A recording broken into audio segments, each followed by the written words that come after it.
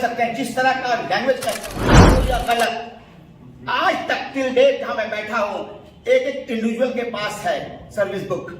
आप पूछ सकते हैं कि इंडिविजुअल बुला के 20 को उनको सस्पेंड कर दिया। वो कहा वो 2024 में और शहर में इश्तेहार यह फैला है कि हमको शोकोस किया हुआ व्याप्ति एविडेंस रिकॉर्ड किया गया कई लोगों का, जो भी उसमें जिसमें डेड में इन्वॉल्व थे या जो भी थे।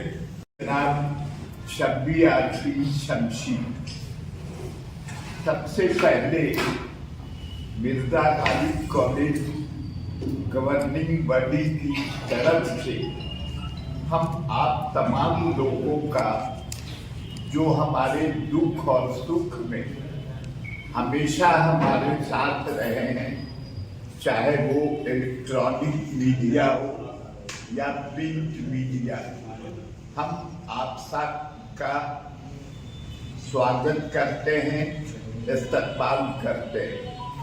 साथियों, आज हमने एक खास सब्जेक्ट पर आप सब लोगों को यहाँ आमंत्रित किया है।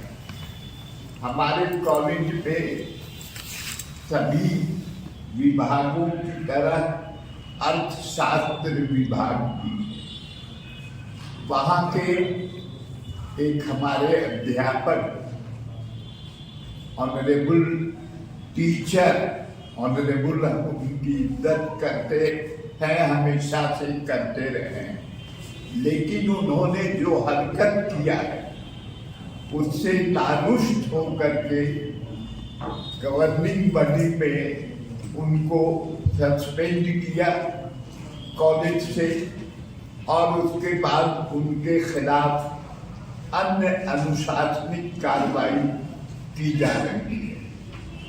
हुआ ये कि हमारे कॉलेज में पूरे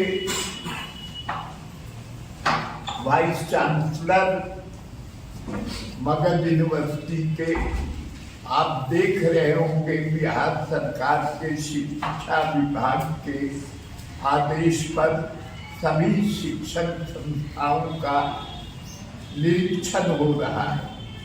हमारे इज्जत माब वाइस चांसलर भी इस कड़ी में अपने अधीनस्थ कॉलेजों का निरीक्षण कर रहे हैं।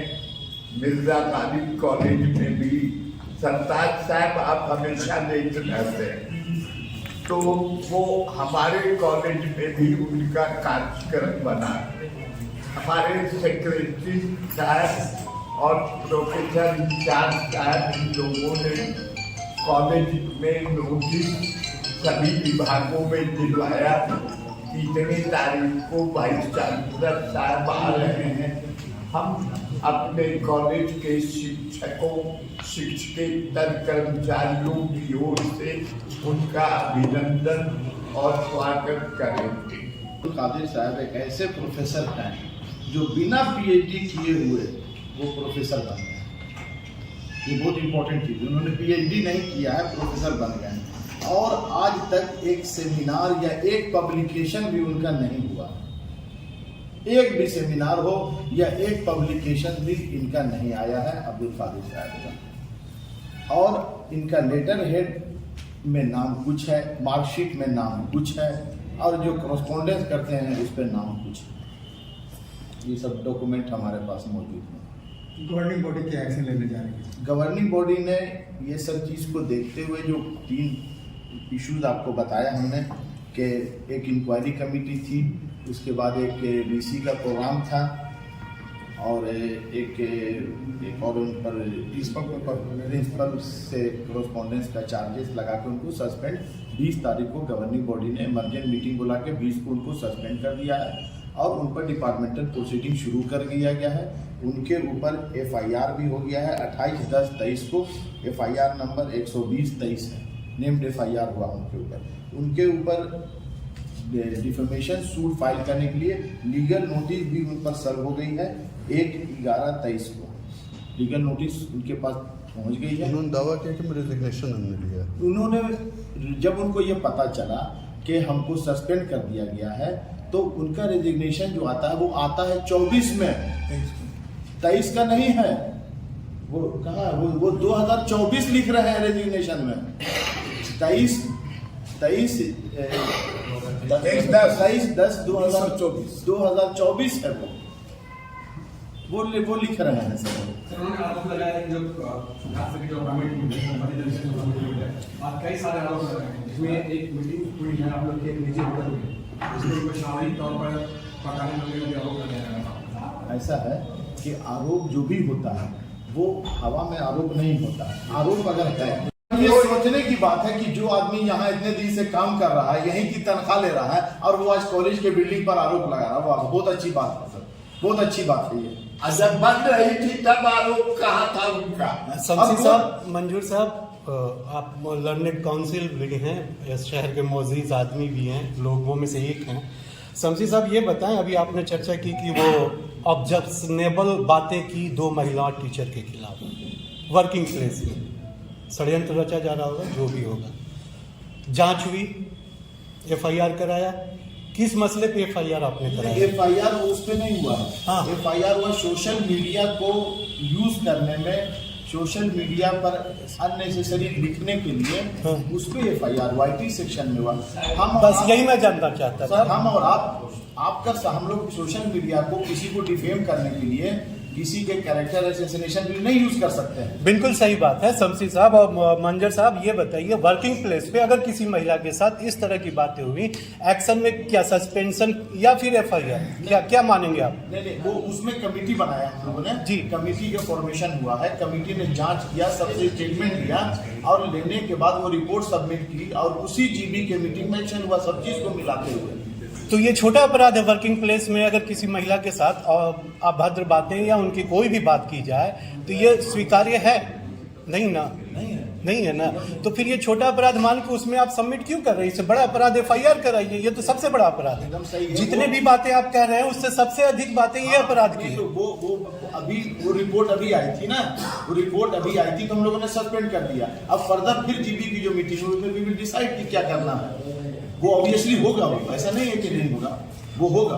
अच्छा, वो जो महिला टीचर हैं आपके यहाँ, वो यही हैं या वो फिर उन लोगों से कुछ आपत्ति वो लिखित में कुछ दिया होगा? लिखित दिया हम लोगों ने, लिखित गंभीर आरोप होंगे कुछ ना कुछ?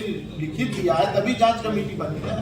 ये रिपोर्ट सबमिट हुई है। GB की मीटिंग हम लोग 3 महीने पर करते हैं सर, तो वो इमरजेंट मीटिंग कॉल की जब रिपोर्ट आई, उसी के साथ VC भी टैग हो गए सर। VC उसी के पहले आया, रिपोर्ट के 2 दिन पहले आए थे VC। तो ये सब मिला करके ये चीज हुई है और FIR जो हुआ है वो सिर्फ सोशल मीडिया को गलत यूज करने पर हुआ है। टाइम फ्रेम में जवाब दीजिए। और दूसरा शर्त होता है ये एक्शन लिया जाएगा। मैंने कोई ऐसा नहीं लिखा। और उसके बाद जो उन्होंने किया, हम शायद बता नहीं सकते हैं जिस तरह का लैंग्वेज का इस्तेमाल किया। एक बात और बताने में कोई हिचक नहीं है। एक इशू उनका सर्विस बुक का है। आप फिर हम बोल रहे हैं पूरी टीचिंग और नॉन टीचिंग स्टाफ से, आपसे बहुत लोग जुड़े हुए हैं, आप उनसे बात कर सकते हैं कि सर्विस बुक सही हो या गलत। आज तक टिल डेट जहां मैं बैठा हूं, एक इंडिविजुअल के पास है सर्विस बुक। आप पूछ सकते हैं, एक इंडिविजुअल से पूछ सकते हैं कि आपकी सर्विस बुक कहां, उनके पास है। मैंने 24 अगस्त 2023 को एक बिहार सरकार के चिट्ठी के बाद मैंने एक आदेश दिया, चूंकि उस वक्त पहली बार एक सैलरी बिल, एक बजट नए ढंग का जा रहा था। क्यों क्या बता देता है, बजट नए ढंग का जा रहा था। तो आपको लिखना था कि आपका डेट ऑफ बर्थ क्या है, आपको लिखना था कि आपकी डेट ऑफ ज्वाइनिंग क्या है, सारा डिटेल लिखना था। उस डिटेल में मैंने एक नोटिस इशू की 24 अगस्त को। सब कुछ माहौल ठीक था कि आप सभी लोग कागजात, चूंकि बजट बन रहा था, कौन सेक्शन में कॉपी जानी था, कौन सेक्शन थे, आप सारे लोग कागजात वहां जमा कर दें। और साथ में नीचे नोटिस है 24 अगस्त की, व्हाट्सएप पर सबके मौजूद है, साथ में अपना सर्विस बुक भी जमा कर दें। 25 तारीख को अकाउंट सेक्शन के 3 आदमी हमको लिख के देते हैं कि सर अभी तक जमा नहीं हुई। और फिर बता जमा नहीं हुई, किसी ने जमा नहीं किया। और ये भी कहा कि नॉन टीचिंग का बना ही नहीं है और टीचर ने जमा नहीं किया। मैंने 4 दिन पहले एक लेटर लिखा फिर कि अब तक, चूंकि 25 अगस्त की बात थी, अब तक अगर किसी ने जमा किया है तो हमको लाके दे दे। फिर कहा उन्होंने कि सर मेरे पास है, एक भी जमा नहीं हुई सर अब तक। वो प्रक्रिया अब लोग शुरू कर रहे हैं, बना भी रहे हैं और जमा भी कर रहे हैं। तो फिर उनका ये 4 की सर्विस बुक मेरे हाथ में है, हमको देना चाहिए। तो क्या वो इकलौते कॉलेज के स्टाफ थे जिनकी सर्विस प्रिंसिपल के पास थी, पर्सनल चार्ज के पास थी? और अब पिछले किसी प्रिंसिपल से, किसी प्रोफेसर से आप पूछ सकते हैं, सर्विस बुक आज तक कॉलेज में नहीं रही है। जो आज हमने शुरू किया, वो शुरू कब किया? 24 अगस्त से शुरू किया मैंने कि सबकी सर्विस कॉलेज में रहेगी। ये भी एक मुद्दा था। ये सब सारे चार्जेस हैं। आपको आप एक बेसलेस है। आपको अगर कुछ पूछना था किसी मुद्दे पर, आप गवर्निंग बॉडी से पहले पूछ लेते, आप वेरीफाई कर लेते। आप जो मन में आता है लिख दे रहे हैं, जो मन में आ रहा लिख दे रहे हैं। इंटरव्यू 2006 में हुआ, इंटरव्यू हुआ 2005 में। आप अपना रिजर्वेशन लेटर क्या देते हैं? 24 में दे रहे हैं। आप डेट जो बात कर रहे हैं, डेट आप खुद डेट देते हैं। क्या दे रहे हैं डेट? कि मेरा हम रिजर्वेशन में 3 जगह डेट है, 23/10/2024। बताइए, 23/10/2024 और 3 जगह, एक जगह नहीं है। आप देख सकते हैं।